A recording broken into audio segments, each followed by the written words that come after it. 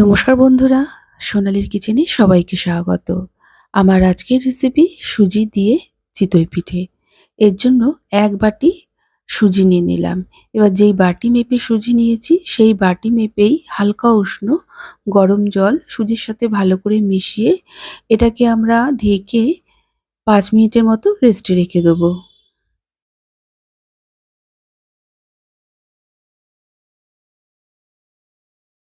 ৫ minute পর দেখুন আমি ঢাকাটা খুলে দেখাচ্ছি। সুজিগুলো অনেকটা ফুলে উঠেছে আর নরম হয়ে গেছে। এখন একটা মিক্সিং জারের মধ্যে এই সুজিটা নিয়ে আমরা পেস্ট করে নেব। যারা আমার ভিডিও ১ম দেখছেন সেই নতুন বন্ধুদের কাছে অনুরোধ রইল, আমার রেসিপি যদি ভালো লেগে থাকে প্লিজ আমার চ্যানেলটিকে সাবস্ক্রাইব করে পাশে থাকা বেল আইকনটি অবশ্যই প্রেস করবেন। এতে আমি যাই রেসিপি আপলোড করি না কেন নোটিফিকেশন সবার প্রথম আপনার কাছে গিয়েই পৌঁছাবে।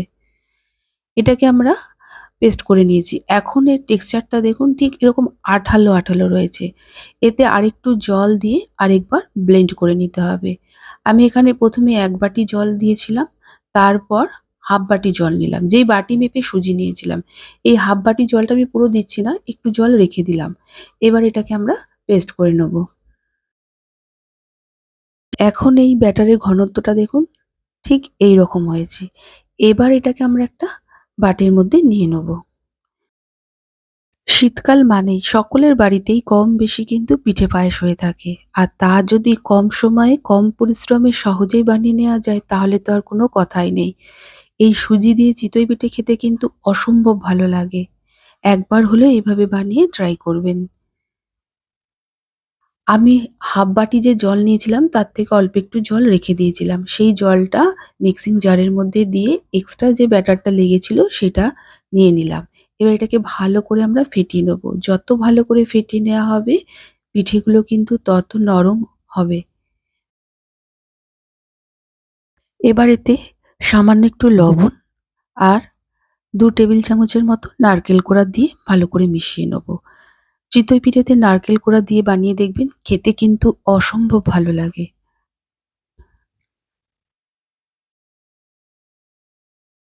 মিশ্রণটা দেখুন পুরো ক্রিমি টেক্সচারের মতো হয়েছে।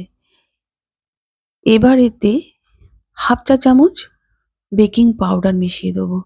তাতে সামান্য একটু জল দিয়ে ভালো করে আরেকবার ফেটিয়ে নেবো। আর বেকিং পাউডার দেওয়ার পর কিন্তু বেশিক্ষণ রাখবো না। সঙ্গে সঙ্গে পিঠেগুলোকে আমরা বানিয়ে নেবো। তাহলে আমরা এই চিতই পিঠে বানানোর জন্য ১ বাটি সুজি নিয়েছি আর ১.৫ বাটি জল ব্যবহার করেছি। জলটা কিন্তু হালকা উষ্ণ জলে ব্যবহার করতে হবে।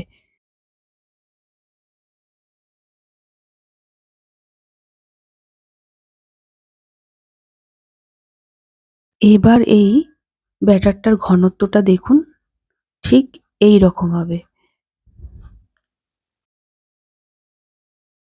এবার এই হাতা করে ১ হাতা করে ব্যাটার নেবো আর পিঠেগুলো আমরা বানিয়ে নেবো।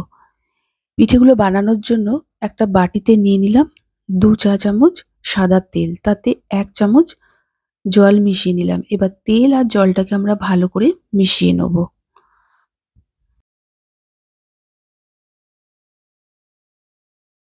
এবার কড়াই গরম হলে তেল আর জলের যে মিশ্রণটা বানিয়েছিলাম একটা ব্রাশের সাহায্যে কড়াইয়ের চারদিকে ছড়িয়ে দিলাম।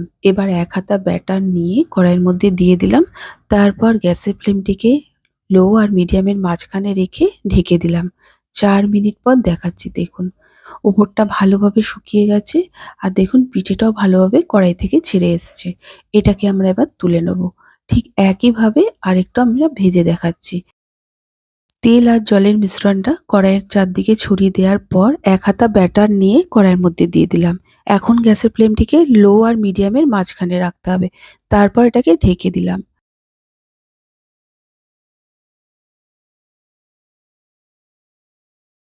৪ মিনিট পর দেখাচ্ছি দেখুন ওপরটা কি সুন্দর শুকিয়ে গেছে আর পিঠেটা কড়াই থেকে ছেড়ে আসছে। এটাকে আমরা এবার তুলে নেব। বাকি সমস্ত পিঠেগুলো একইভাবে আমরা তৈরি করে নেব। দেখুন বন্ধুরা, আজকে যে আমি চিতই পিঠেগুলো বানালাম কোনো ছাঁচের মধ্যে দিয়ে কিন্তু বানাইনি। যেকোনো রান্নার কড়াইয়েই কিন্তু সহজে বানিয়ে নেওয়া যায়। আজকে এগুলোকে সার্ভ করছি খেজুর গুড়ের সাথে। একবার হলে এইভাবে বানিয়ে ট্রাই করবেন। আর কেমন হয়েছে আমাকে অবশ্যই কমেন্ট করে জানাবেন। ভালো লাগলে একটা লাইক ও প্রচুর শেয়ার করবেন। এবার একটা আপনাদের ছিঁড়ে দেখাচ্ছি, দেখুন কত সুন্দর এটা নরম হয়েছে আর ভিতরটা কিন্তু জালিদার হয়েছে। তবে যাই হোক, আজকের মতো এই পর্যন্ত। আবারও হাজির হয়ে যাব নতুন কোনো রেসিপির সাথে। সবাই ভালো থাকুন, সুস্থ থাকুন। ধন্যবাদ।